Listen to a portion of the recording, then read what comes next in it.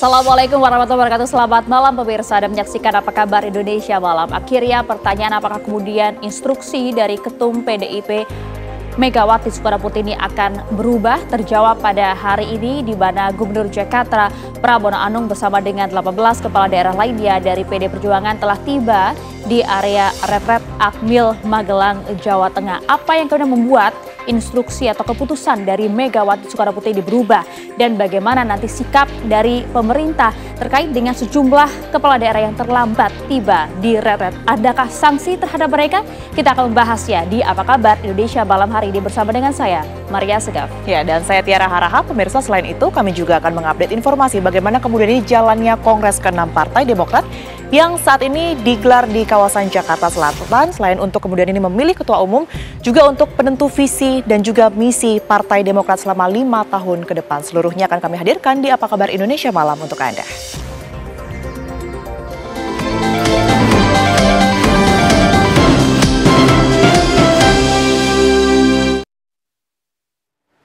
Ya, kami awali Apa Kabar Indonesia Malam hari ini pemirsa dengan informasi Presiden RI ke-6 sekaligus Ketua Majelis Tinggi Partai Demokrat Susilo Bambang Yudhoyono dan Ketua Umum Demokrat Agus Harimurti Yudhoyono menghadiri Kongres ke-6 yang diselenggarakan di kawasan Jakarta Selatan.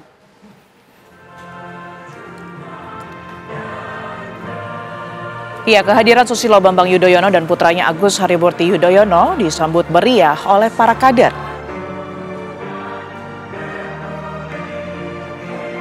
Kedua tokoh ini bersalaman dengan jajaran tinggi majelis partai hingga dewan pengurus partai. Selain untuk memilih ketua umum, Kongres Demokrat kali ini juga akan menyusun visi, misi, dan program-program yang akan dijalankan 5 tahun ke depan.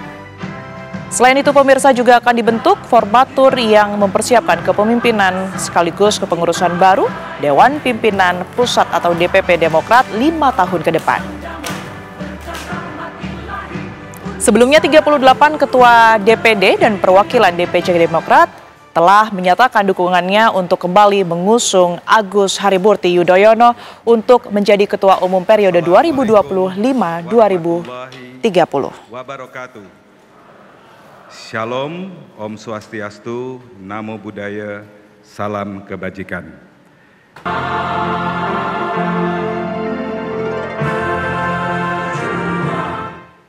Ya, kita akan langsung sambung informasinya pemirsa dengan rekan kami Celia Alexandra untuk mengetahui kemudian ini bagaimana jalannya Kongres ke-6 Partai Demokrat pada malam hari ini. Selamat malam Celia, bagaimana kemudian ini jalannya ataupun juga agenda yang saat ini sedang berlangsung selain penetapan Ketua Umum Demokrat?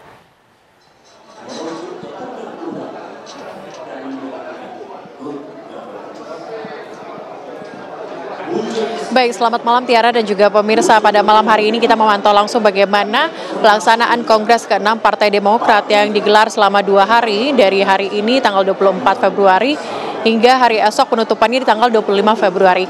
Kalau saat ini kami bisa gambarkan adalah pidato dari Ketua Majelis Tinggi Partai Demokrat yakni Susilo Bambang Yudhoyono.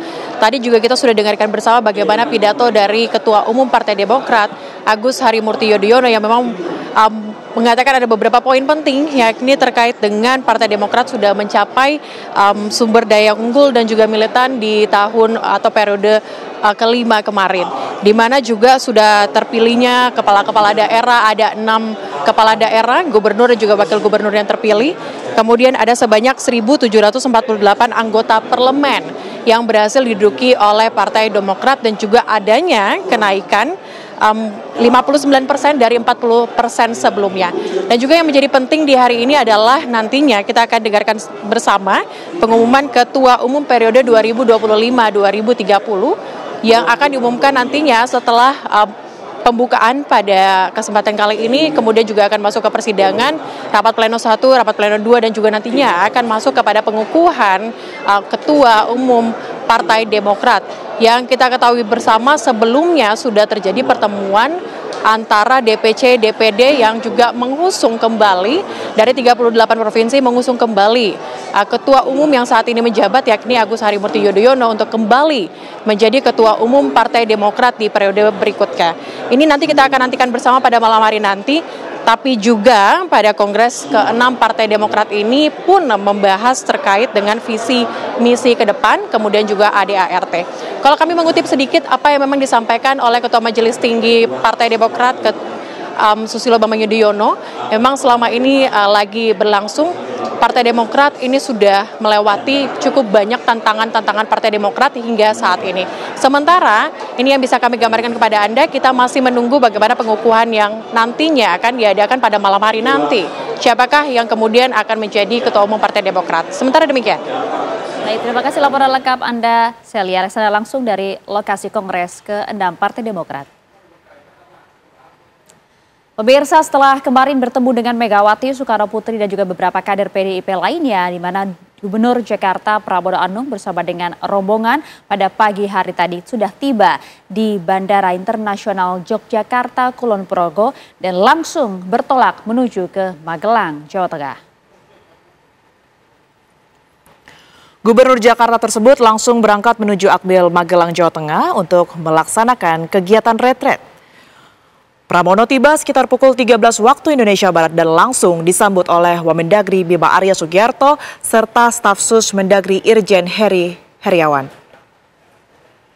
Pramono pun mengatakan terus berkomunikasi dengan Ketua Umum PDI Perjuangan Megawati Soekarno Putri dan DPP partai. Saat ini hanya kepala daerah dari satu provinsi saja yang belum datang dalam retret.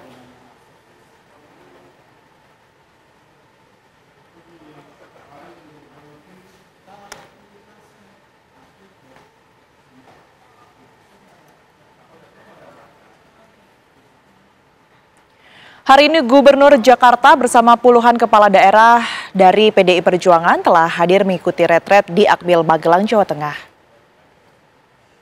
Setelah sebelumnya pemirsa menunda keikutsertaannya dalam retret kepala daerah di kawasan Akmil Magelang, akhirnya 39 kepala daerah dari PDI Perjuangan telah masuk ke area retret. Mereka masuk ke area retret terbagi dalam dua kelompok, yaitu sebanyak 17 orang masuk pada Minggu malam dan sisanya 22 kepala daerah PDIP masuk ke Akmil pada Senin pagi. Selain Pramono Anung, kepala daerah PDIP yang telah hadir yaitu diantaranya adalah Wali Kota Yogyakarta Hasto Wardoyo, Bupati Tapaduli Tengah Masinton Pasaribu. Masinton Pasaribu pun menyatakan bahwa kepala daerah PDIP yang belum hadir tersisa berasal dari Bali. Hari ini merupakan hari keempat pemirsa dalam pelaksanaan retret kepala daerah yang diselenggarakan oleh Kementerian Dalam Negeri.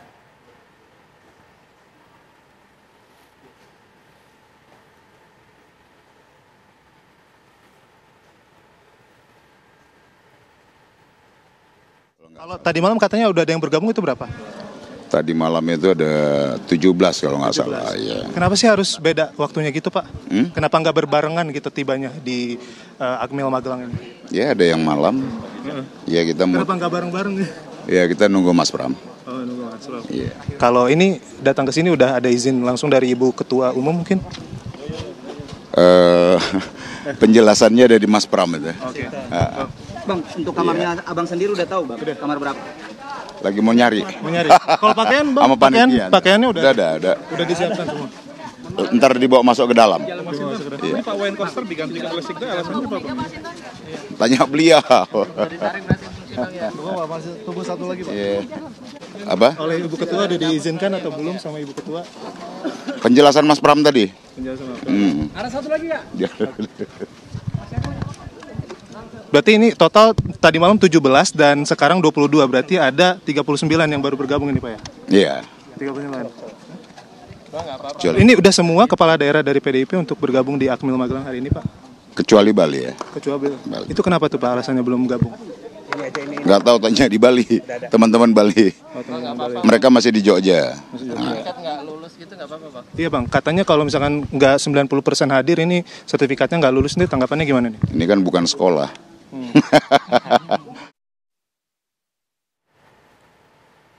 Ya, pemirsa, Kepala Desa Kohot Tangerang, Banten penuhi panggilan Barreskrim Mabes Polri pada Senin siang. Dengan menggunakan masker dan topi hitam, Arsin tiba di gedung Barreskrim Mabes Polri Jakarta Selatan pada siang tadi pukul 13.10 waktu Indonesia Barat. Saat ditanya wartawan Kades Kohot yang sudah menyandang status tersangka kasus pagar laut ini hanya terdiam. Namun demikian pemirsa, kuasa hukumnya menyebut jika kehadiran Arsin memenuhi panggilan penyidik Bareskrim Mabes Polri sebagai sikap Arsin yang kooperatif dan mengikuti mekanisme yang ada. Selain Arsin, penyidik Bareskrim juga menetapkan 3 tersangka kasus pagar laut yaitu Ujang Karta, Sekretaris Desa Kohot, SP, dan CE yang merupakan penerima kuasa. Para tersangka dianggap terbukti melakukan pemalsuan surat permohonan hak atas tanah yang dilakukan sejak tahun 2023.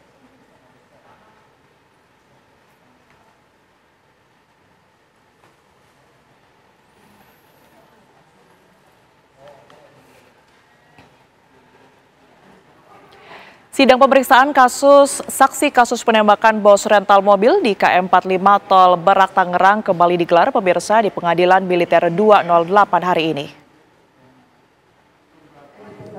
Rencananya pemirsa sebanyak 9 orang saksi diperiksa, namun hanya 8 orang saksi yang hadir pada sidang hari ini. Di antaranya adalah Kompol Arief Nazarudin Yusuf, kemudian Kasat Reskrim Polresta Tangerang, dan juga Babin Kamtipnas Polsek Cisoka, Aibda Endang Suryana, dan Bribka Rinaldo. Sementara itu, saksi atas nama Nengsih yang merupakan pemilik warung di lokasi penembakan berhalangan hadir. Untuk sidang berikutnya pada Kamis 27 Februari, Pengadilan Militer 208 menjadwalkan pemeriksaan terhadap 4 orang saksi lainnya. Yaitu mereka antara lain adalah tersangka penggelapan mobil, yaitu Isra dan Ajat. Selain itu juga akan dihadirkan saksi tambahan, yaitu Robli yang kemudian merupakan korban luka berat, dan juga Nengsih, saksi yang hari ini tak hadir dan akan dipanggil kembali untuk ketiga kalinya. Hingga saat ini majelis hakim sudah memeriksa total 16 saksi orang. Pihak pengadilan militer mengupayakan proses peradilan berjalan dengan cepat agar putusan juga dapat segera dilakukan.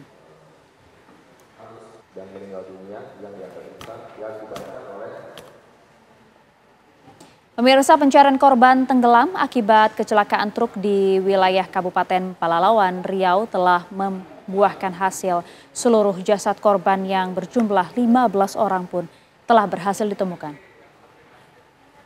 Ya, penemuan seluruh korban tidak jauh dari lokasi jatuhnya truk. Korban terakhir ditemukan Senin siang pemirsa sekitar pukul 13 waktu Indonesia Barat. Adapun penemuan korban paling jauh yakni di radius 2 km.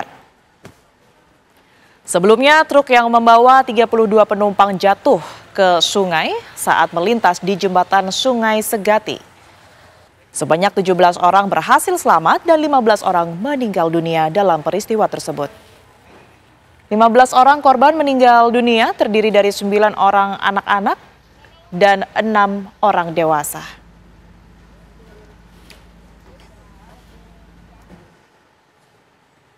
Ya, pemirsa, saat lagi Anda dapat menyaksikan kumandang azan maghrib untuk wilayah Jakarta dan sekitarnya. Selamat menunaikan ibadah sholat maghrib bagi Anda yang berada di wilayah Jakarta dan sekitarnya. Kita kembali ke Apa Kabar Indonesia Malam pemirsa. Presiden Prabowo Subianto hari ini resmi meluncurkan Badan Pengelola Investasi Daya Adagata Nusantara atau Danantara Indonesia di Istana Merdeka Jakarta. Ya, peluncuran Danantara ini merupakan bagian dari komitmen mewujudkan Astacita, yaitu visi besar untuk membawa perekonomian Indonesia ke level yang lebih tinggi melalui investasi berkelanjutan dan inklusif. Presiden Prabowo juga menegaskan bahwa Danantara bukan sekedar badan investasi. Peluncuran Danantara dilakukan setelah Presiden menandatangani Undang-Undang Nomor 1 Tahun 2025 tentang perubahan ketiga atas Undang-Undang BUMN. Presiden juga kemudian menandatangani peraturan pemerintah tentang organisasi dan tata kelola Danantara.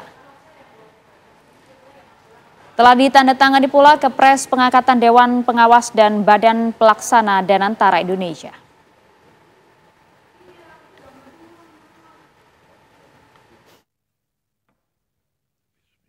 Indonesia adalah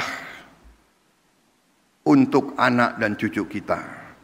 Dan antara Indonesia untuk itu harus dikelola dengan sebaik-baiknya, dengan sangat hati-hati, dengan sangat transparan, dengan saling mengawasi, harus bisa diaudit setiap saat oleh siapapun, karena ini sekali lagi adalah milik anak dan cucu kita, milik generasi penerus bangsa Indonesia. Saya yakin dan percaya Indonesia akan terus melangkah maju, lebih kuat dan lebih bersatu dari sebelumnya. Dengan keyakinan ini, mari kita bergerak bersama, bersatu dalam tujuan, teguh dalam tekad, dan yakin bahwa pencapaian terbesar Indonesia masih ada di depan kita. Percayalah, Indonesia akan capai cita-citanya. Kita akan menjadi negara maju, negara makmur, negara terhormat. Ya, pemirsa, Gubernur Jakarta Pramono Anung beserta dengan 18 kepala daerah dari PD Perjuangan telah tiba di area retret Akmil Magelang. Lantas sampai kemudian mengubah instruksi atau keputusan dari Ketum PDIP Megawati Soekarnoputri, dan adakah sanksi bagi kepala daerah yang terlambat tiba mengikuti retret? Kami akan membahasnya dalam dialog di Apa Kabar Indonesia Malam bersama dengan saya Maria Segaf. Sesaat lagi, tetaplah bersama kami.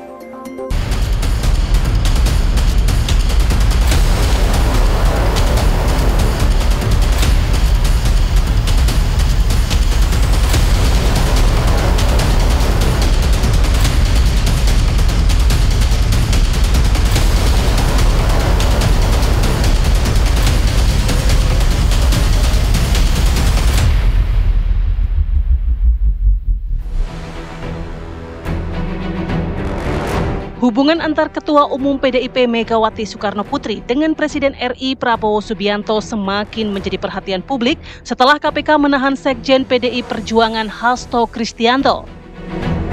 Instruksi Megawati yang meminta kadernya yang menjadi kepala daerah untuk menunda partisipasi dalam retret di Magelang juga dinilai sebagai bentuk ketidakpuasan atas penahanan Hasto. Langkah PDIP ini juga dipandang sebagai sinyal kuat bahwa partai berlambang banteng tersebut mulai mengambil jarak dengan pemerintah dan koalisi Prabowo Subianto. Lantas, apakah wacana pertemuan Prabowo dan Megawati yang sebelumnya berpeluang terjadi akan tenggelam? Lalu benarkah instruksi Megawati melarang kadernya ikut retret merupakan bentuk retaknya hubungan Prabowo-Megawati? Atau mungkinkah instruksi Megawati berubah?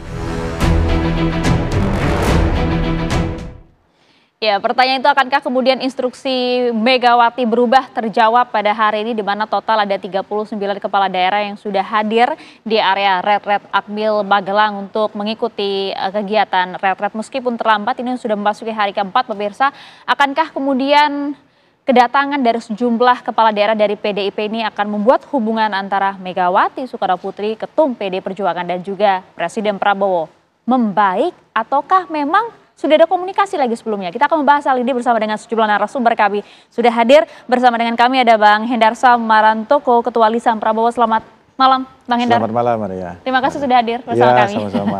Nanti kita minta kulik-kulik ya, bagaimana suasana kebatinan Pak Prabowo dan juga di dalam partai seperti apa. Oke, dan juga sudah hadir bersama kami ada Pak Cecep Hidayat, pengamat politik dari UI. Selamat malam, Pak Cecep. Selamat malam, Maria. Iya, kalau kita lihat ini kan terbaru, kemudian terjawab sudah ya. Sejumlah kepala daerah sudah hadir di area retret, hanya satu yang berasal dari Bali, Gubernur baru yang tak hadir dalam kegiatan retret tersebut. Mengapa kemudian ada perubahan yang begitu cepat? Apakah memang sebelumnya sudah sempat ada komunikasi antara Bu Mega dan Pak Prabowo, Bang Hendar? Ya, saya rasa memang hal ini yang patut ditanyakan ke Bu Mega dan teman-teman di PDIP ya. Kalau masalah komunikasi, sebagaimana kita ketahui juga, komunikasi itu bisa saja dilakukan langsung atau tidak langsung. Saya juga tidak bisa memberikan info terkait dalam rentang waktu 4 hari ini apakah ada komunikasi atau tidak. Tapi yang pasti bahwa ada atau tidaknya komunikasi, bahwa kepentingan daripada bangsa dan negara tentunya harus didahulukan dibandingkan kepentingan daripada kepentingan golongan atau kepentingan daripada Mas Hasto itu sendiri kan ya kan. Jadi tentunya para pihak ya, dari Bu Mega ya, PDIP, Pak Prabowo dengan Kim Plus maupun dengan Gerindra tentunya sudah harusnya sudah sama-sama tahu, dan itulah yang selalu dilakukan oleh Pak Prabowo dengan mencoba merangkul seluruh elemen bangsa dengan tanpa harus juga berkoalisi kan gitu kan ya kan. Makanya sempat ada istilah mitra yang konstruktif ya, ya kan, menjadi mitra yang konstruktif ya kan, ya mitra. Nah itu tentunya menjadi suatu clue bahwa memang pasang surut sebenarnya bukan pasang surut hubungan Bu Mega dengan Pak Prabowo ya, tapi pasang surut dinamika perkembangan politiknya memang seperti itu kan gitu kan. Jadi kalau untuk Bu Mega dan Pak Prabowo, saya bisa konfirmasi tidak ada pasang surut tentang masalah hubungan pribadi beliau berdua. Tetap sama, tetap landai, tetap saling menghargai, tetap tahu jiwanya masing-masing. Ya tapi kan? nggak hadir ya kemarin di peluncuran Danantara? Ya itu balik lagi, harusnya dari PDIP yang bisa Nah itu dia, sayang sekali pemirsa, kami hingga saat ini masih terus mencoba menghubungi juru bicara dari PDI Perjuangan, namun hingga saat ini masih belum ada respon. Harapan kami sih kemudian nanti jubir dari PDI Perjuangan atau perwakilan dari mereka juga bisa bergabung, berdiskusi bersama kami untuk menjawab berbagai pertanyaan itu tadi ya. Tapi apakah mungkin Pak Cecep nih bisa menjawab hal ini? Kalau kita melihat kan biasanya Bu Mega kalau sudah buat keputusan susah untuk bengkok gitu ataupun berubah. Tapi ini kemudian kita melihat akhirnya paling tidak kehadiran dari seorang Pramono Anung, Gubernur Jakarta di Magelang, di area Reret paling tidak sudah menjadi simbol restu dari Bu Mega. Oke, jadi kan sebenarnya kalau kita perhatikan ya dari surat yang beredar yang instruksi dari Ketum PDI Perjuangan ya agar kepala daerah yang berasal dari PDI Perjuangan itu untuk menunda menghadiri retret. Dan dari sana sebenarnya kan ada beberapa yang mungkin sudah datang, tapi sebagian besar yang lain itu menunggu di Jogja. Meskipun koper pakaian sudah nyampe semua ke dalam Mbak Akmil ya, kalau nggak salah itu seperti itu. Nah itu yang pertama. Tapi saat itu sebenarnya kan ada komunikasi yang dibangun. Ya dari kepala daerah yang relatif senior yang juga tokoh nasional itu Pramono Anung. Dan dia menjadi jembatan, menjadi komunikator politik antara DPP, dalam hal ini Ibu Mega dan juga para elit yang lain dengan pihak penyelenggara Kemdagri yang mewakili pemerintah pusat. Jadi Pramono Anung ini kemudian yang akhirin tadi memimpin hari ini ya. Sebagian yang dibilang ini rombongan terakhir mungkin yang ikut ya. Karena memang ada juga gubernur yang mungkin berhalangan. Dan memang opsi yang lain kan Kemdagri sendiri sudah membuka opsi ya. Kalau gubernur berhalangan diwakili oleh wakilnya, kalau berhalangan lagi oleh sekdanya. Jadi bahkan kayak Bali kalau nggak salah sekdanya tuh yang hadir ya. Tapi kan ini seorang Pramono Anung langsung hadir itu jadi sosok Pramono ini saya kira menjadi tokoh kunci yang kemudian menjembatani keinginan dari PP ya dengan kemudian pemerintah pusat.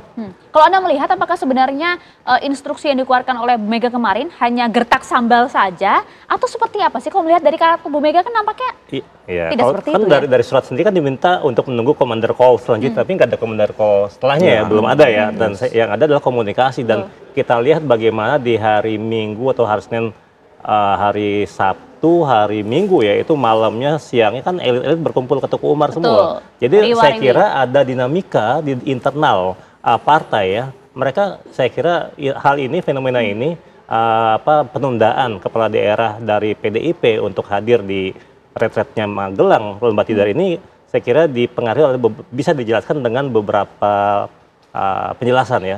Pertama begini, dalam pandangan, dalam hemat saya, kalau kita bicara relasi kuasa ya, dalam politik kita bicara relasi kuasa, kalau tadi judulnya ini Megawati dan Prabowo, dalam konteks yang lebih tinggi lagi ya Gerindra dengan PDI Perjuangan. Memang keduanya ini dalam konteks yang bisa dijelaskan adalah masih berusaha mencari melakukan pengaruh atau dominasi, berusaha mencari pengaruh dominasi terhadap kepala daerah, minimal kepala daerah PDIP. Maksudnya gimana? Ya kan kalau kita lihat memang acara ini acara retret ya untuk kepala daerah.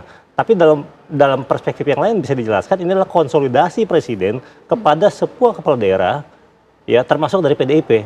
Sedangkan di sini yang kita lihat adalah PDIP tentu menginginkan kader-kader yang jadi kepala daerah itu tetap punya loyalitas kepada partai, jadi tunda dulu ya, sambil kemudian karena ada persoalan ketika sekjen ditahan oleh KPK, sehingga kemudian yang kedua di sini PDIP ingin menunjukkan soliditas internal kepada kader-kadernya bahwa kita punya persoalan, sekjen kita misalnya PDIP itu ditahan, bagaimana langkah selanjutnya ya. Kenapa bisa ditahan? Apakah memang quote unquote mungkin ya ada peran dari pemegang kekuasaan saat ini. Iya, misalnya. Oke, artinya ini bentuk kekecewaan, bisa diartikan bentuk kekecewaan Bu Mega terhadap Pak Prabowo, begitu Pak Cecep? Ya, apa namanya, dalam derajat tertentu bukan kekecewaan, tapi kemudian ingin penjelasan lebih kenapa hal ini bisa terjadi. Ya, karena mungkin kan proses pra-peradilan sudah ditolak yang pertama, sekarang lagi ngajuin lagi misalnya. Dan ini semua kan jadi poinnya adalah bagaimana kemudian Ibu Mega ingin melihat soliditas, meskipun ini membuat dilema buat para kepala daerah. Jadi kan muncul akhirnya apa? Kepala daerahnya harusnya mengedepankan kepentingan publik, ya rakyat, mereka yang daerahnya. Sedangkan bukan masalah partai lagi, loyalitas kepada partai. Memang dilema ini jadi persoalan, dan saya kira ini yang dilakukan oleh Pramono dan kepala daerah PDIP lainnya, membangun komunikasi, ya, menjelaskan pada pimpinan termasuk Ibu Mega bahwa acara ini penting karena bukan dalam kerangka misalnya lihat konsolidasi kekuasaan dari Presiden Prabowo, tapi bagaimana ada berbagai hal sebenarnya, itu hal yang sebenarnya terjadi secara lumrah, secara umum ketika kepala daerah dilantik. Ada mungkin pembekalan, ya, atau namanya apapun namanya, oleh Lemhanas, oleh menteri-menteri terkait, oleh Kemdagri. Memang sekarang persoalannya bukan di Jakarta misalnya, tapi semuanya difokuskan, semua tersentralisasi di Lembah Tidar ini. Jadi hal ini, shifting paradigm ini yang harusnya bisa dipahami, ya, oleh beberapa pihak. Oke, tapi apakah betul demikian maksud dari Pak Prabowo mengumpulkan seluruh kepala daerah ini, Bang Hendar? Gini ya kan, kalau kita ngelihatnya ini kan salah satu bentuk program beliau efisiensi anggaran tersebut. Jadi kalau kita lihat bahwa setelah kepala-kepala daerah dilantik itu, mereka biasanya itu menjalani 2 program. Satu ada diklat di Kemendagri, ya, kemudian juga di Lemhanas. Ini memakan waktu yang 2 bulan kalau nggak saya salah di Lemhanas, dan di Kemendagri itu bisa 2 mingguan. Dan kemudian ini dirangkum menjadi satu, di retret selama 7 hari. Jadi ini salah satu bentuk efisiensi juga. Isi dan materinya itu isi yang dia ada di diklat di Kemendagri dengan Lemhanas juga, kan gitu kan, dijadikan satu di situ. Nah, kemudian membangun sinergitas antara pemerintah pusat dan daerah ini paling penting juga. Jangan sampai ada ego sektoral yang selama ini selalu menjadi handicap, ya kan, kita dalam melakukan pembangunan, bahwa visi misi menuju Indonesia emas, cita-cita itu benar-benar harus tercapai. Jadi kadang-kadang bukan karena juga ego sektoral atau ego dari masing-masing kepala daerah ini aja, cuman nggak tahu juga apa yang mesti dilakukan kadang-kadang. Nah, inilah yang perlu pembekalan langsung dan juga membangun hubungan psikologis yang kuat, ya, antara menyamakan gitu ya visi dan juga misi Presiden terhadap para kepala daerah. Tapi nampaknya Pak Cecep tadi melihat ada hal lain. Ini dalam bentuk konsolidasi politik juga di sana, Bang Hendar. Dijawabin nanti, ya, sesaat lagi. Tetap bersama kami di Apa Kabar Indonesia Malam. Rekan-rekan sekalian, saya Gubernur Jakarta bersama dengan Pak Wali Kota Jogja, dan juga ada 17 lainnya yang bersama-sama dengan kami. Hari ini kita memulai ikut untuk retreat. Kenapa baru hari ini? Tentunya saya tidak perlu menjelaskan apa-apa, tetapi apapun saya tetap berkomunikasi dengan Ibu Megawati dan juga DPP partai. Apa yang kemudian menjadi keputusan bersama, tentunya dengan berbagai pertimbangan, dengan mempertimbangkan sesungguh-sungguhnya apa yang menjadi arahan Ibu Ketua Umum untuk melakukan penundaan. Dan secara khusus saya juga ingin mengucapkan terima kasih atas kesabaran semuanya, terutama kepada Bapak Menteri Dalam Negeri, Pak Wakil Menteri, dan semuanya yang setelah 4 hari lebih ini kita baru mengikuti retreat ini.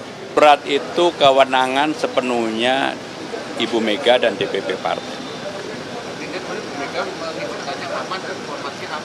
Nanti silakan dianu ke sendiri. Tetapi kami komunikasi dengan seluruh DPP yang ada. Ya, intinya yang mungkin belum hanya tinggal 1 provinsi tambah 1 orang, tapi yang lain udah. Intinya ini menunjukkan sampai dengan sekarang kemudian saya yang mungkin ini masuk yang terakhir ya, karena yang lain sekda, maka ya udah kita semua mengikuti retreat secara baik-baik dan tentunya kita bertanggung jawab terhadap apa yang kami ambil langkah ini. Ya, itu adalah pernyataan yang ditunggu-tunggu sejak kemarin oleh sejumlah pihak. Bang Cecep, respon Anda? Ya, dari sini kita melihat sebenarnya ada kesan ya. Ini akhirnya setelah pertemuan Bu Mega dengan elit-elit PDIP lainnya, itu akhirnya memberi ruang kepada kepala daerah untuk mengikuti instruksi presiden untuk hadir. Gitu ya. Kenapa? Kan awalnya Bu Mega sendiri berpesan, Anda kepala daerah dari PDIP harap mengikuti instruksi presiden. Karena bagaimanapun gubernur adalah perpanjangan pemerintah pusat di provinsi. Sedangkan memang kalau bupati, wali kota itu memang kan sebagai kepala daerah otonom itu memang penguasa lokal ya di daerah masing-masing. Di sini saya kira akhirnya ya dengan berbagai pertimbangan itu Bu Mega memberikan kesempatan pada kepala daerah untuk hadir ya. Meskipun bisa jadi ada beberapa, ini kan kalau kita lihat karakternya itu bisa berbeda-beda juga ya secara personal. Ada yang memang amat tegas, ada yang kompromistis gitu. Nah, sosok Pramono Anung ini kan sosok yang kompromistis. Bisa jadi meskipun Koster sudah diberikan izin ya, Gubernur Koster izin untuk mengikuti retret, akhirnya beliau juga tetap tidak mengikuti karena merasa ingin patuh juga ya pada pernyataan Mega yang sebelumnya gitu. Ya, nah kan menariknya kalau kita lihat kan ibaratnya tidak instruksi kemarin jelas tertuang dalam sebuah surat ya, ada tanda tangan Bu Mega di sana. Namun dengan hadirnya Pramono ini nampaknya sebagai simbol begitu ya, ada perubahan dari instruksi tersebut meskipun tidak ada pencabutan dari instruksi tersebut. Kalau dilihat sebenarnya apakah ini merupakan sikap Bu Mega yang sebenarnya masih dalam sikap perlawanan sih, tapi juga kemudian melihat ini memang kepala daerah sebagai bentuk perpanjangan tangan dari warga di daerah begitu? Ya, kalau saya melihatnya ya Bu Mega sebagai seorang politisi yang sudah punya pengalaman besar ya, punya pengalaman banyak, akhirnya harus bisa bersikap kompromi sebenarnya. Ya ada kepentingan yang lebih besar bahwa ketika mereka telah terpilih ya, kepala daerah ini telah terpilih jadi gubernur, wali kota, bupati, ada kepentingan besar yang harus lebih diutamakan, yaitu ini kepentingan hasil diskusi masyarakat. dari banyak wariwi kemarin kalau kita lihat di rumah Iya, Bu Mega dibanding ya. memang akhirnya jaket partai yang lebih sempit diganti dengan baju kepala daerahnya gitu, harus lebih mengayomi banyak pihak. Dan juga kan beberapa kepala daerah mungkin itu diusung bukan hanya dari PDIP misalnya. Jadi disinilah ada kompromi ya, meskipun tetap tegas juga. Toh ketika sudah datang misalnya Pramono dengan yang beberapa belasan yang lain datang ya, itu sebenarnya menunjukkan bahwa sudah lebih sudah lebih terbuka lunak lah ya gitu ya. Sudah lebih lunak hati Bu Mega saat ini. Tapi Bang Hendar kalau kita lihat kan kemarin sempat ada statement dari pihak PD Perjuangan bahwa akan mengkaji nih bagaimana kemudian dasar hukum dari kegiatan Reret Penggemblengan di Akmil Magelang ini. Dia kan ngelihatnya gini ya, bahwa meskipun hadir juga saat ini ujungnya hadir juga kan gitu kan, bahwa memang sosok-sosok seperti Pak Pramono Anung ini harus dibanyakin lah di PDIP tentunya ya.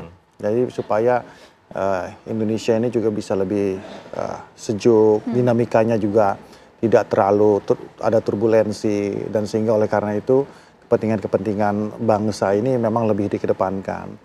Jadi yang kedua juga dari kita harus membacanya memasuki era baru ini ya kan, pemerintahan baru ini kita ini harus memisahkan ya kan antara hukum dan politik. Jadi ini dua hal yang kadang-kadang selalu dicampur adukan. Sulit Bang. Sulit Bang, tapi bisa. Nah, saya ambil contoh gini ya. Kita harus pisahkan kasus Mas Hasto, kita harus pisahkan juga kasus masalah retret, kita harus pisahkan juga masalah Danantara, kita harus pisahkan juga masalah hubungan pribadi Bu Mega dengan Pak Prabowo, ya, memisahkan hubungan pribadi antara Bu Mega dengan Pak Jokowi. Karena kalau kita berkelin dan kita tumpuk jadi satu, ini nggak susah untuk mengurainya. Ya, saya ambil contoh seperti ini ya kan. Logika yang dibangun oleh teman-teman dari tim hukum PDIP ya tentang tim hukum Mas Hasto ya. Nih, jadi saya coba misahin juga dengan tim hukum Mas Hasto bahwa ada politisasi di sini. Ini kan jadi timbul pertanyaan saya sebagai seorang lawyer gitu ya. Kan kalau kita bicara masalah pembelaan, tentunya itu bersalah atau tidak bersalah kan gitu kan. Tentunya bukan frasa politisasi yang digunakan, tapi harus digunakan frasanya itu bersalah atau tidak bersalah. Politisasi beda. Kalau kita menggunakan frasa kriminalisasi, tentunya Mas Hasto dikriminalisasi, harusnya gitu. Jadi bersalah atau tidak bersalah. Kan kriminalisasi itu terminologinya orang yang tidak bersalah dijadikan bersalah dengan segala macam atribut hukumnya. Tapi yang digunakan adalah frasa politisasi. Dan oleh karena itu saya melihatnya, dan masyarakat juga menangkap, sebenarnya Mas Hasto ini bersalah.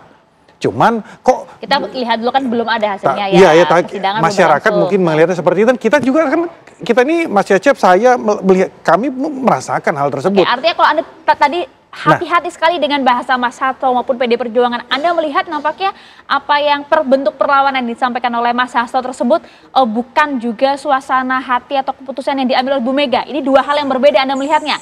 Ditahan dulu Bang, saat lagi kami hadirkan untuk Anda. Ya, Anda kembali lagi di Apa Kabar Indonesia Malam. Bang Hendar Syam, tolong Anda perjelas lagi. Tadi Anda membedakan itu Mas Hasto dan juga kemudian keputusan dari Bu Mega. Apakah kemudian Anda melihat perlawanan yang disampaikan oleh Mas Hasto itu tidak seia sekata, sehati dengan Bu Mega? Ya memang kan saya rasa kan ini sebagai bentuk proses pendewasaan kita dalam bernegara. Ya bahwa kenapa saya menggunakan frasa dan diksi memisahkan antara kasus Mas Hasto dengan tindakan Bu Mega. Nah inilah yang harus mungkin nanti kita ke arah situ ya. Gerindra ke arah situ, PAN, Kim Plus ya kan, Demokrat ke arah situ. Termasuk juga PDIP akan saya rasa akan masuk juga ke arah situ. Kalau kita memberikan suri tauladan yang baik. Dampaknya ya kan? apa memang? Dampak yang baik bahwa kan ada pemisahan. Jangan sampai, saya ambil contoh gini, jangan sampai seluruh proses hukum yang kena terhadap seorang kader ini mengubah konstelasi politik. Kan hubungan jadi hubungan salah pribadi. Kayak kalau saya ambil analogi ya, kalau kita sayang sama, kalau kita punya anak kita salah ya jangan dibelain juga kan gitu kan.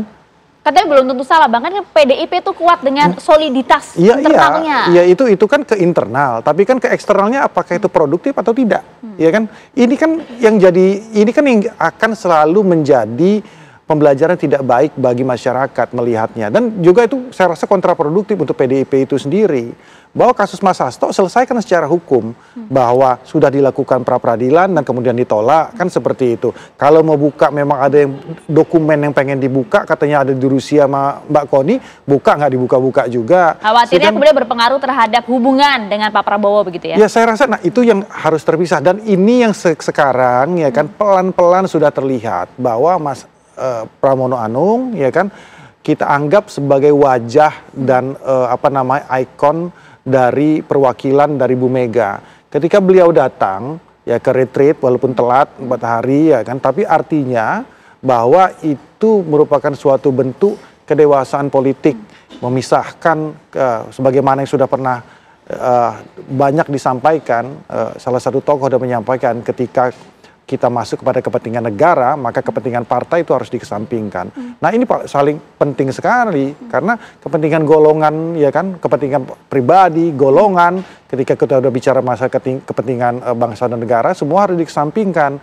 Nah itu butuh proses dan butuh kedewasaan bagi seluruh pihak. Nah balik lagi tadi, ya kan, biarkan kasusnya Mas Hasto berjalan dengan sendirinya, biarkan hubungan pribadi Pak Prabowo dengan Bu Mega berjalan sendirinya, biarkan bagaimana langkah politik PDI Perjuangan, ya kan, dinamika politik PDI Perjuangan berjalan dengan sendirinya tanpa harus dicampur adukan. Karena memang memang ada residu yang terjadi di pemerintahan sebelumnya, mencampur adukan semuanya. Tapi saya disclaimer ya, ini bukan semata-mata kita anggap ini di Pak Jokowi atau tidak. Saya tidak melihat ke arah situ. Kesalahan kita semua dalam bernegara, mencampur adukan semuanya menjadi satu. Masuk era baru, semua harus hukum adalah panglima, biarkan politik berjalan dengan sendiri, hukum berjalan dengan sendiri. Bagaimana kita melihat Dewi Themis ya kan. Kalau itu seorang Dewi dengan menutup mata dia menggunakan pedang, artinya dia tidak tebang pilih siapapun akan pisahkan antara hukum dan juga politis. Pak Cecep, karena kalau kita lihat kemarin kan sempat hampir terwujud tuh pertemuan antara Bu Mega dan juga Pak Prabowo katanya. Tapi kok saat ini justru nampaknya makin renggang. Tapi Pak Prabowo justru makin dekatnya dengan Pak Jokowi gitu. Ya, jadi gini kalau saya melihatnya ya, memang informasi akan bertemunya Megawati dengan Prabowo itu kan sejak sebelum dilantik, kemudian setelah dilantik, kemudian setelah ingin bentuk kabinet sampai kemudian ulang tahun dan seterusnya lah. Betul. Ya memang harapannya pertemuan keduanya itu akan terwujud. Kenapa? Karena untuk menunjukkan pada publik ya bahwa komunikasi politik di antara dua tokoh besar ini memang baik-baik saja. Meskipun elit dari Gerindra bisa menyampaikan oh nggak ada masalah kok. Tapi ketika muncul bersama ini kan ketika masyarakat melihat dua aktor besar ini muncul ya itu yang akan tercapture ya di hadapan masyarakat. Tapi kalau kita masuk stabilitas ke politik stabilitas. Kemudian masuk ke kasus ini sebenarnya, ini kan harapannya memang ini ada relasi mencari pengaruh ya, kekuasaan mencari pengaruh antara Gerindra dengan PDIP atau antara Prabowo dengan Megawati. Ya bagaimana kemudian Megawati merasa kader-kader ini adalah kepala daerah ini adalah kader-kadernya, sehingga kemudian dirinya masih berhak untuk memberi perintah gitu, sedangkan kader-kader ini setelah terpilih menjadi kepala daerah, yaitu katakan bagian dari pemerintah. Dipilih oleh rakyat. Ya, dipilih. Jadi inilah yang kemudian harapannya komunikasi yang terbentuk antara Megawati dan Prabowo tidak lagi membuat kepala daerah jadi dilema gitu. Mereka kader partai yang telah terpilih menjadi kepala daerah. Kemudian yang selanjutnya saya kira perlu ada negosiasi ulang ya antara Megawati dengan Prabowo ke depannya. Ya memang kita tahu, ya negosiasi ini maksudnya gini, kan sekarang ada penegasan ya. Dengan retret ini akhirnya ke depannya apakah Prabowo bilang dirinya ingin merangkul semua kekuatan politik masuk ke dalam pemerintahannya, tapi kan beberapa waktu yang lalu beberapa elit PDIP bilang ya kami mungkin hanya akan di luar ya, bukan menjadi oposisi tapi di luar tapi tetap kritis. Nah dengan kasus retret sebenarnya bisa mengkonfirmasi ya kemungkinan ke depannya adalah memang semakin memperkuat posisi oposisi ya PDIP berada di luar rumah kekuasaan atau di luar pemerintah pusat. Kemudian selanjutnya ya tadi saya bilang ini kan kita berpikir setelah 2024 2029. Nah ini yang kemudian dipikirkan ya. Tentu masing-masing Megawati dengan Prabowo berusaha mencari mitra koalisi strategis.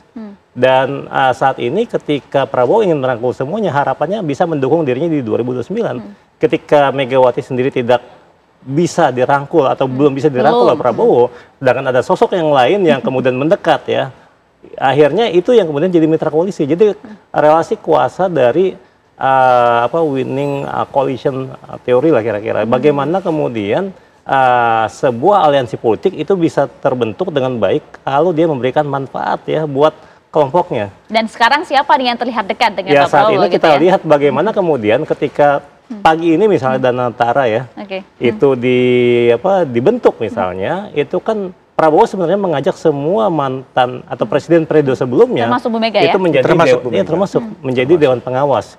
Ya SBY dengan Jokowi hadir ya, Bu Mega belum bisa hadir mungkin dari pagi ini. Oke, melihat dinamika politik saat ini singkat saja, apakah kemudian pertemuan antara Bu Mega dan juga Pak Prabowo ini akan terjadi? Ya kalau saya tetap harus menjadi anak bangsa yang optimistis, harus terjadi ya. Oke, harus deh. Kita lihat nanti bagaimana kemudian apakah ini benar-benar akan terjadi perjumpaan antara Bu Mega dan setidaknya juga terjadi di balik layar. Publik maunya di depan layar, Pak Sendar. Itu dia pertanyaannya. Oke, baiklah. Terima kasih banyak telah bergabung sama kami, Pak Sendar. Pak Cecep, terima kasih telah bergabung sama kami di Apa Kabar Indonesia Malam. Kami akan jeda terlebih dahulu pemirsa. Apa Kabar Indonesia Malam akan kembali untuk Anda saat lagi.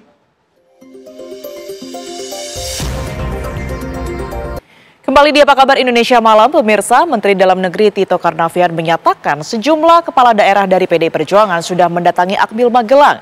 Mereka yang baru bergabung bisa langsung beradaptasi dan mengikuti kegiatan retret. Saya dengar ada 17. Semua kader PDI, Pak? Iya, semua kader PDI. Pak, ada arahan khusus Pak untuk kepala daerah yang baru saja masuk, Pak? Ya silakan bergabung aja. Silakan bergabung dan kemudian segera menyesuaikan diri.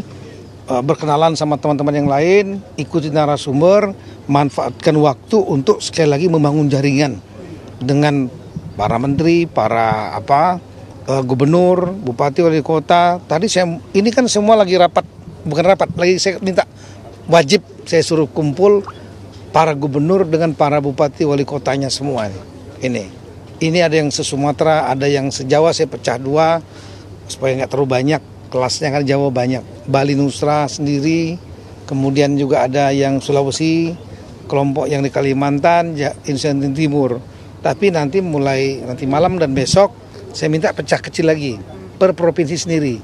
Udah mulai diskusi antara mereka gitu. Mau diapain daerahnya, rakyatnya, kira-kira. Ya, hari ini Gubernur Jakarta bersama puluhan kepala daerah dari PDI Perjuangan telah hadir mengikuti retret di Akmil Magelang, Jawa Tengah, pemirsa. Setelah sebelumnya menunda keikutsertaan dalam retret kepala daerah di Akmil Magelang, akhirnya 39 kepala daerah dari PDI Perjuangan telah masuk ke area retret. Mereka masuk ke area retret terbagi dalam dua kelompok, sebanyak 17 orang masuk pada Minggu malam, dan sisanya 22 kepala daerah PDI Perjuangan masuk ke Akmil pada Senin pagi.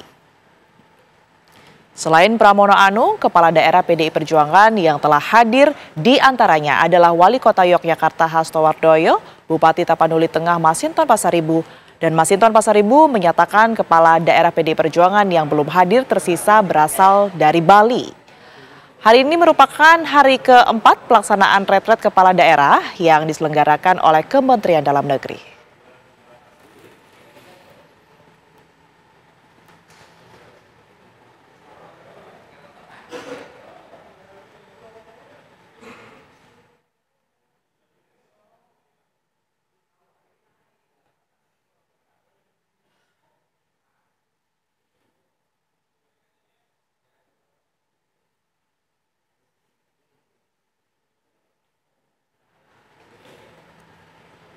Pemirsa, pemangkasan anggaran Kementerian Pendidikan Tinggi, Sains dan Teknologi dikhawatirkan berimbas pada uang kuliah mahasiswa.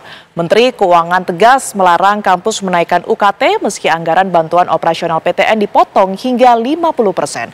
Masihkah ada harapan kaum papa menikmati PTN berbiaya murah di tengah diet ketat anggaran Presiden Prabowo Subianto?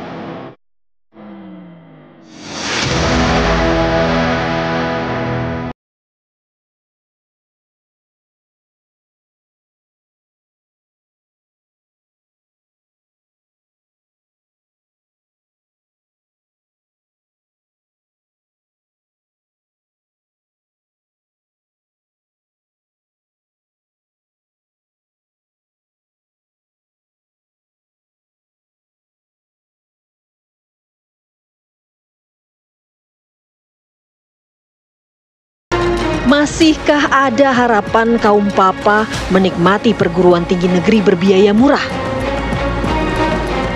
Bukankah mencerdaskan kehidupan bangsa amanat konstitusi? Kalau itu adalah pemangkasan, maka kalau tidak ada penurunan APBN, saya memastikan itu akan terjadi pelanggaran konstitusi. Karena apa? Konstitusi kita mengamanatkan anggaran pendidikan kita harus 20%. Kalau itu dipangkas, dalam arti kemudian dipindahkan di luar kepentingan untuk pendidikan, maka otomatis anggarannya tidak mencapai angka 20%. Karena angka 20% itu kan sudah ada penghitungannya. Pemotongan anggaran diakui memang dapat berdampak bagi uang kuliah. Perguruan tinggi berpotensi menaikkan uang kuliah tunggal atau UKT. Itu dikenakan efisiensi dirjen anggaran 50%. Kami usulkan kembali supaya posisinya kembali kepada pagu awal, yaitu 6,018 triliun. Karena kalau BOPTN ini dipotong separuh, maka ada kemungkinan perguruan tinggi harus menaikkan uang kuliah. Teruskan ya bersama dengan teman-teman seluruh kementerian dan juga teman-teman kampus-kampus, universitas-universitas di seluruh Indonesia. Kita akan bersama-sama mendukung program-program strategis dari Pak Presiden. Presiden Prabowo Subianto menargetkan efisiensi anggaran kementerian dan lembaga pada tahun 2025 dapat membuat negara berhemat hingga 306 triliun rupiah. Kebijakan itu berimbas pada pemotongan anggaran Kementerian Pendidikan Tinggi, Sains, dan Teknologi. Pemotongan ini memberi sinyal potensi kenaikan UKT, tapi Menteri Keuangan Sri Mulyani menepis spekulasi ini. Sri Mulyani menegaskan, perguruan tinggi negeri dilarang menaikkan UKT mahasiswa. Sebab pemangkasan itu hanya dilakukan terhadap belanja perjalanan dinas, seminar, alat tulis kantor, dan kegiatan seremonial. Langkah ini tidak boleh, saya ulangi, tidak boleh mempengaruhi keputusan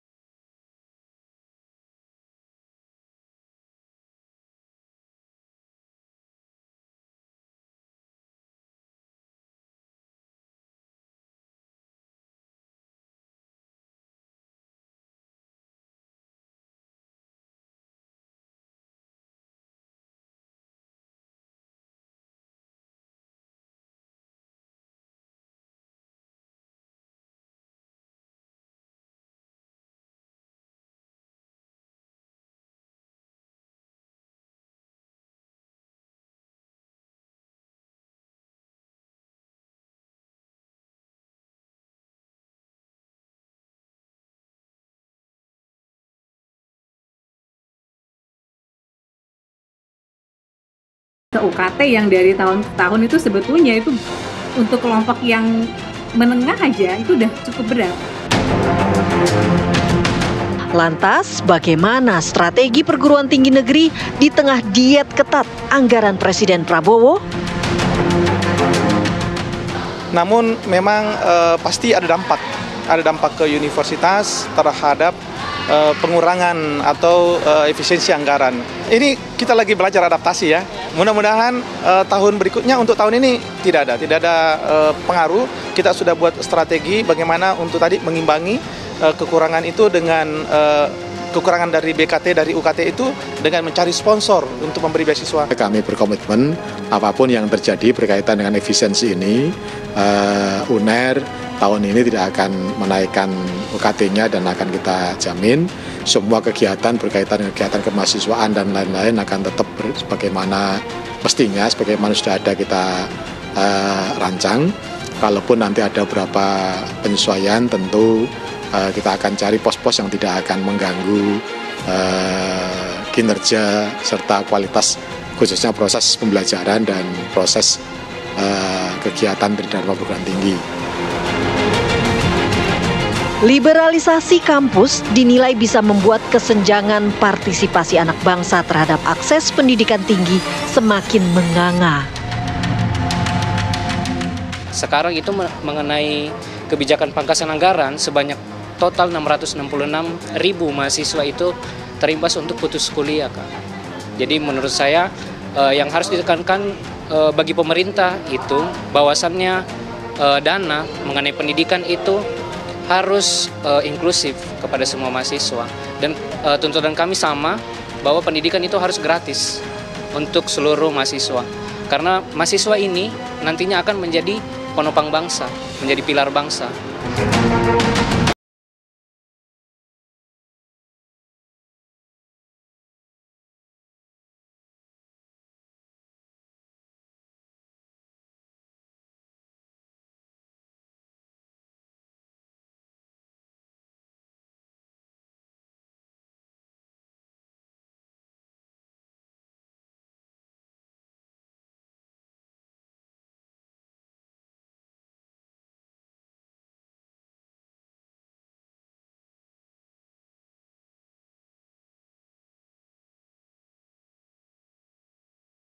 Baku hantam di arena tinju lokal di Kabupaten Toraja Utara, Sulawesi Selatan. Informasinya akan kami hadirkan usai jeda berikut ini.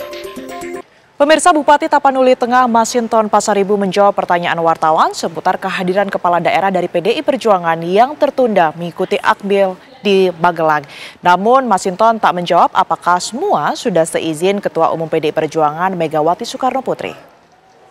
Kalau tadi malam katanya udah ada yang bergabung, itu berapa? Tadi malam itu ada 17 kalau nggak salah. Ya. Kenapa sih harus beda waktunya gitu, Pak? Kenapa nggak berbarengan gitu tibanya di Akmil Magelang ini? Ya ada yang malam. Ya kita Kenapa nggak bareng-bareng? Ya kita nunggu Mas Pram. Oh, nunggu Mas Pram. Iya. Kalau ini datang ke sini udah ada izin langsung dari Ibu Ketua Umum mungkin? Penjelasannya dari Mas Pram itu. Oke. Bang, untuk kamarnya Abang sendiri udah tahu, Bang? Kamar berapa? Lagi mau nyari.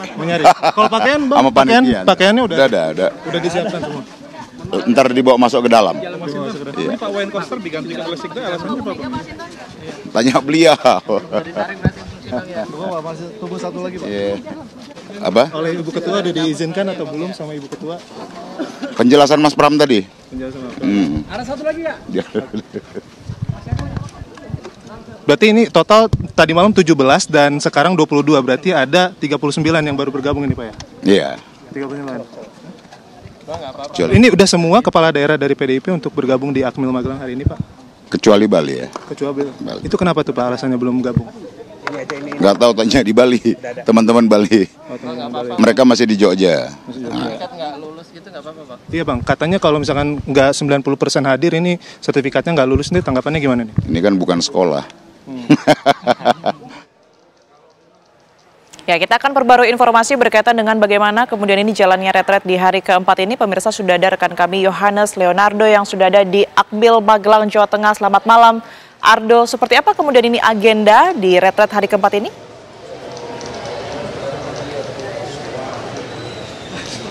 Ya baik, terima kasih dan selamat malam Tiara Harahap dan juga pemirsa. Memang untuk rangkaian agenda ini terus berlangsung ya hingga malam hari ini, karena memang sesuai dengan arahan sejak awal bahwa Kemendagri mencatat untuk setiap rangkaian setiap harinya ini diisi oleh para pemateri mulai dari pagi hari hingga malam hari di pukul 9 malam nanti.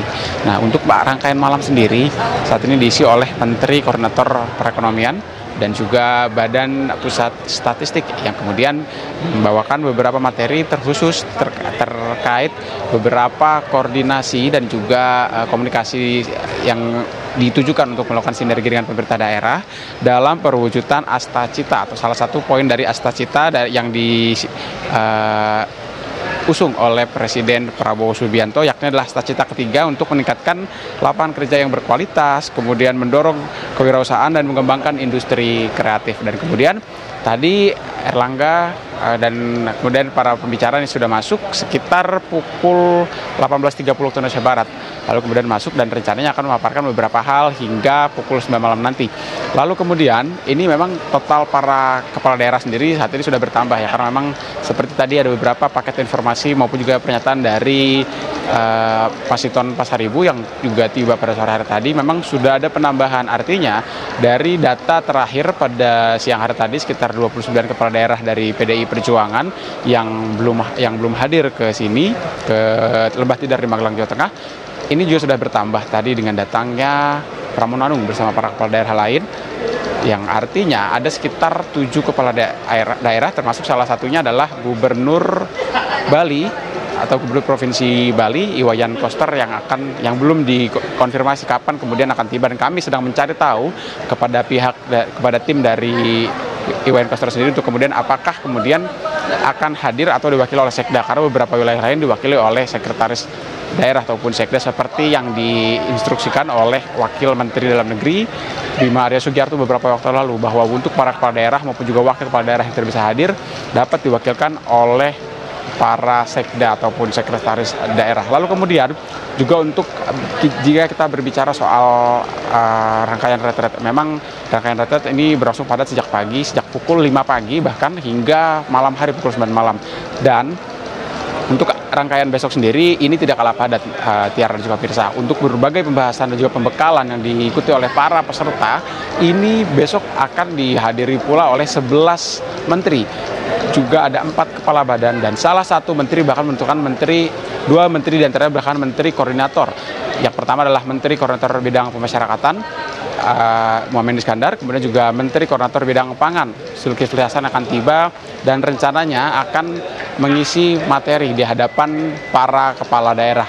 Dan juga selain ada 2 Menko dan juga total ada 11 menteri dan 4 kepala badan, berbagai pembahasan dan juga topik pematerian juga masih seputar implementasi ataupun juga perwujudan Astacita di tingkat daerah.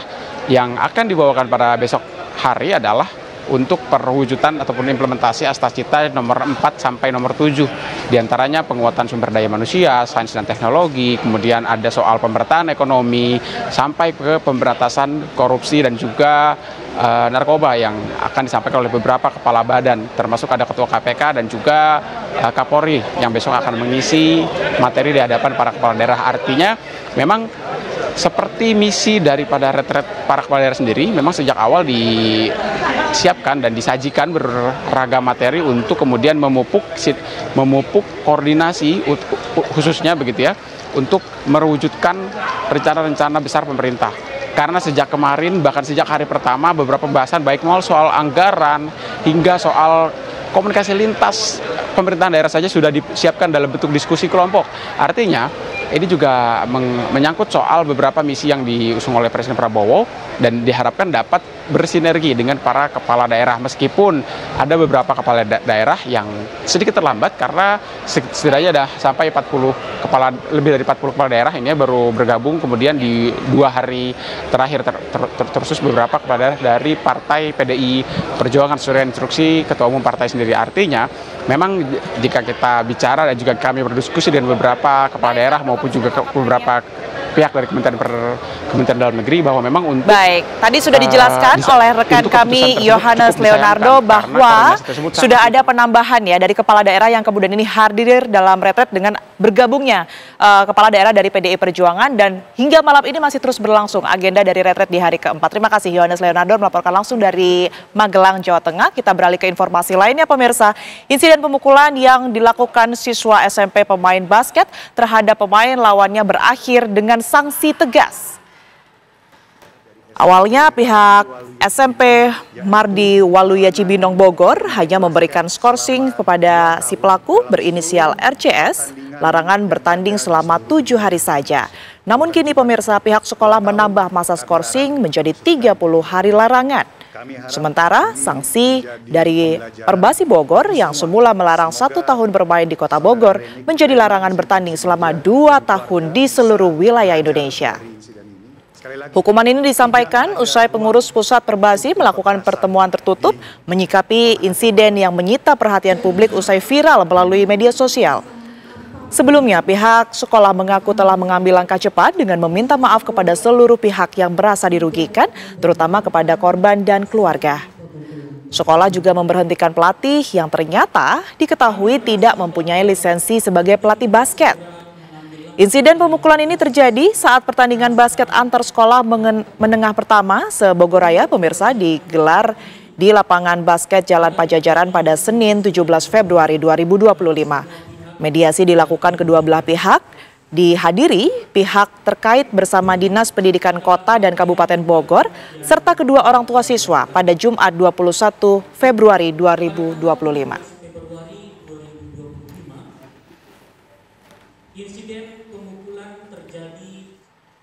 Sejumlah penonton terlibat baku hantam pemirsa di arena tinju lokal di Kabupaten Toraja Utara, Sulawesi Selatan.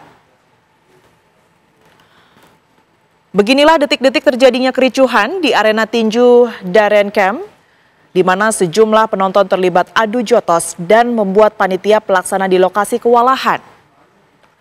Video perkelahian antar penonton tinju yang berdurasi sekitar 40 detik beredar luas di sejumlah platform media sosial.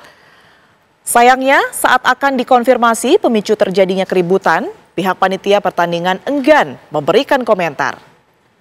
Sementara pihak kepolisian melalui Kasat Intel Polres Toraja Utara menegaskan langsung menurunkan personel dan tak lama usai mendapatkan laporan terjadinya kericuhan di arena tinju. Polisi juga memastikan jika pelaksanaan pertandingan tinju tidak mengantongi izin dari kepolisian. Bertiga silak. Oke Pak Imas. Berikutnya kita ke Depok, Jawa Barat. Pemirsa, sekelompok orang tidak dikenal menyerang warga di Jalan KSU Sukmajaya, Depok sejak Minggu sore hingga malam. Tampak dalam video amatir yang direkam warga, sejumlah bangunan semi permanen yang dibakar dan terlihat juga sejumlah orang yang membawa bambu dan juga parang.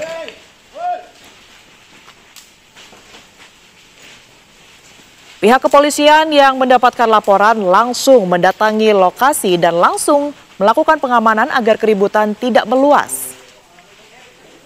Petugas pemadam kebakaran juga tiba di lokasi dan segera memadamkan api yang menghanguskan bangunan semi permanen.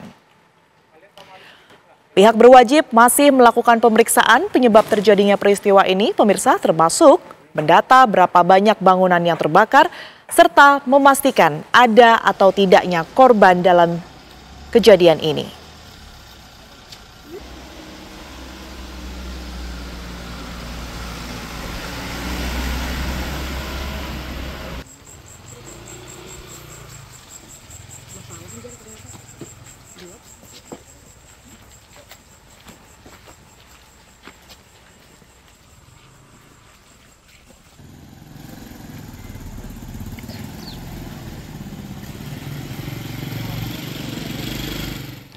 Pemirsa, Jakarta International Stadium atau JIS resmi digunakan sebagai stadion bermain bagi tim sepak bola Persija Jakarta. Informasinya akan kami hadirkan usai jeda.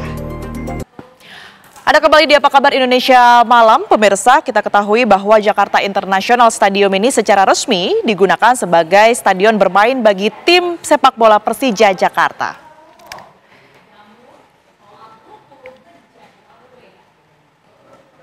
Persija Jaya Jakarta sebagai pengelola klub. Wakil Gubernur Jakarta mengatakan kesepakatan antara Persija dan Jakpro juga merupakan bagian dari salah satu pewujudan program 100 hari pertama dirinya sebagai Gubernur Jakarta. JIS akan mewarnai perjalanan Persija di masa mendatang, pemirsa, yang merupakan kebanggaan warga Jakarta. Diharapkan JIS tak hanya menjadi tempat bertanding.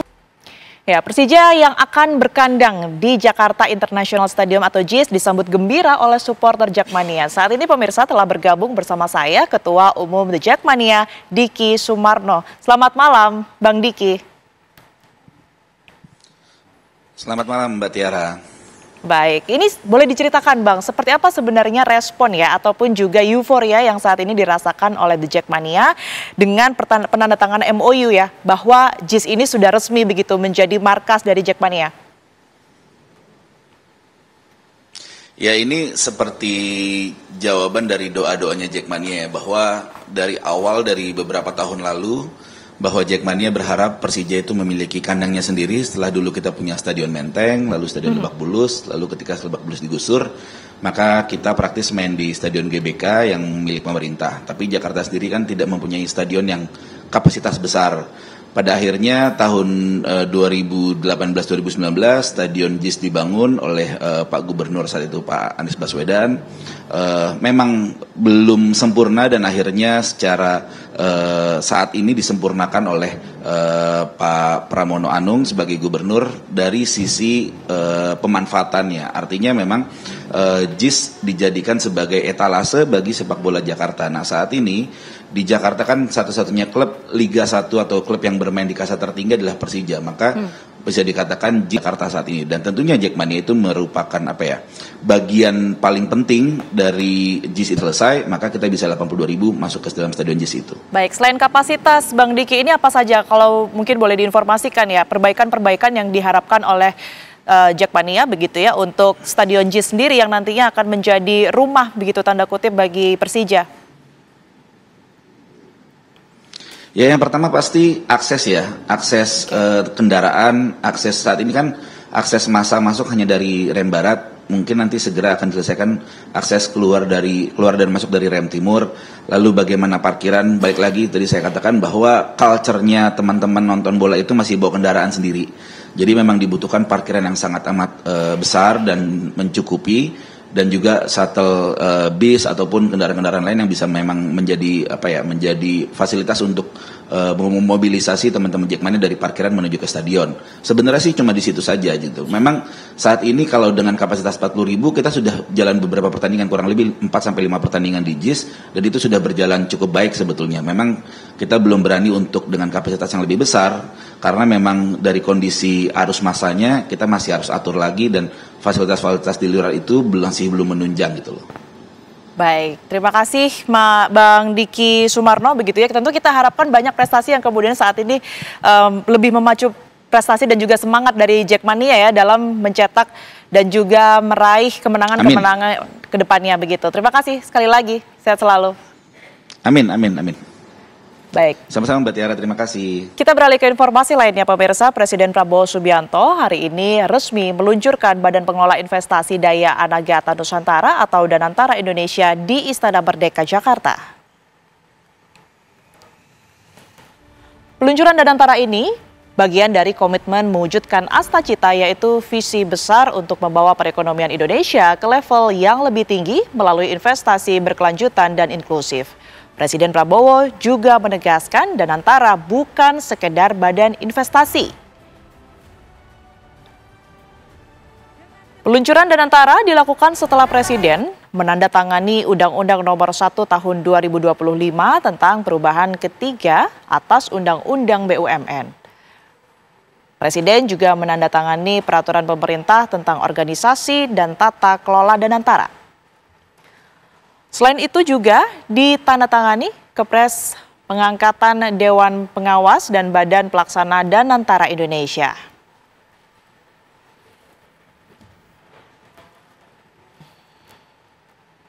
Danantara Indonesia adalah untuk anak dan cucu kita. Danantara Indonesia untuk itu harus dikelola dengan sebaik-baiknya, dengan sangat hati-hati, dengan sangat transparan, dengan saling mengawasi, harus bisa diaudit setiap saat oleh siapapun. Karena ini sekali lagi adalah milik anak dan cucu kita, milik generasi penerus bangsa Indonesia. Saya yakin dan percaya Indonesia akan terus melangkah maju, lebih kuat dan lebih bersatu dari sebelumnya. Dengan keyakinan ini mari kita bergerak bersama, bersatu dalam tujuan, teguh dalam tekad, dan yakin bahwa pencapaian terbesar Indonesia masih ada di depan kita. Percayalah, Indonesia akan capai cita-citanya. Kita akan menjadi negara maju, negara makmur, negara terhormat. Pemirsa, tokoh dan pengusaha nasional Abu Rizal Bakri berharap Danantara bisa membuat perekonomian Indonesia semakin baik dengan bantuan dana investasi kepada sektor-sektor usaha strategis di setiap daerah. Danantara dapat menjalankan roda perekonomian masyarakat lokal sekaligus mewujudkan cita-cita Indonesia maju. Hal ini disampaikan Abu Rizal Bakri usai mengikuti peresmian Danantara di Istana Negara Jakarta pada Senin siang. Ya, harapannya Danantara bisa membuat Indonesia makin maju, membantu Indonesia makin maju. Dengan terkumpulnya dana yang sebegitu besar, insya Allah bisa menggerakkan roda-roda ekonomi di Indonesia sampai daerah-daerah mudah-mudahan. Bapak tadi kan ikut pemaparan sambutan Pak Prabowo, yang Bapak lihat sendiri dari paparan Pak Prabowo ini semangatnya seperti apa? Luar biasa semangat Pak Prabowo, memang sangat beliau untuk rakyat luar biasa. Ya, terima kasih.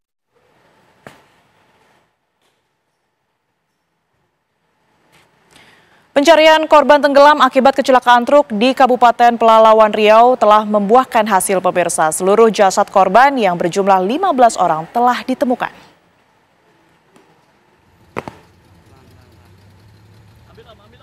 Penemuan seluruh korban tidak jauh dari lokasi jatuhnya truk. Korban terakhir ditemukan Senin siang sekitar pukul 13 waktu Indonesia Barat. Adapun penemuan korban paling jauh yakni di radius 2 km. Sebelumnya, truk yang membawa 32 penumpang jatuh ke sungai saat melintas di jembatan Sungai Segati.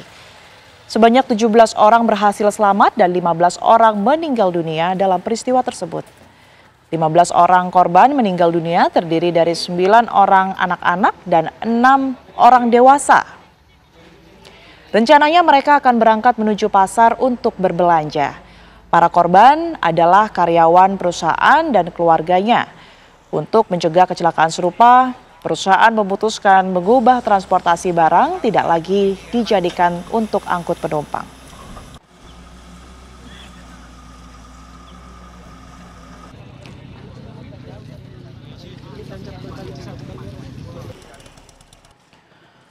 Gunung Lewotobi laki-laki yang terletak di Flores Timur NTT kembali erupsi dan letusan setinggi 900 meter ke arah barat.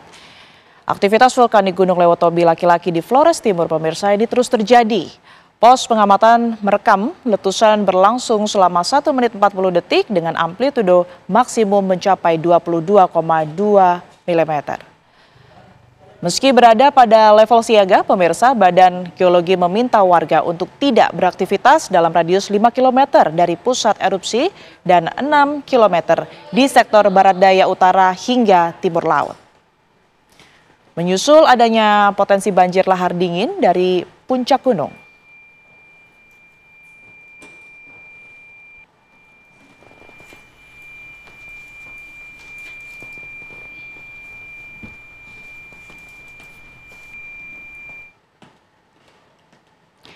Ya pemirsa, dan informasi dari Gunung Lewotobi tadi menutup Apa Kabar Indonesia malam hari ini pemirsa. Saya Tiara Harahap. Dan saya Maria Sigat pamit, sesaat lagi Anda dapat menyaksikan program Fakta pemirsa. Maria dan juga Tiara pamit, terima kasih. Sampai jumpa.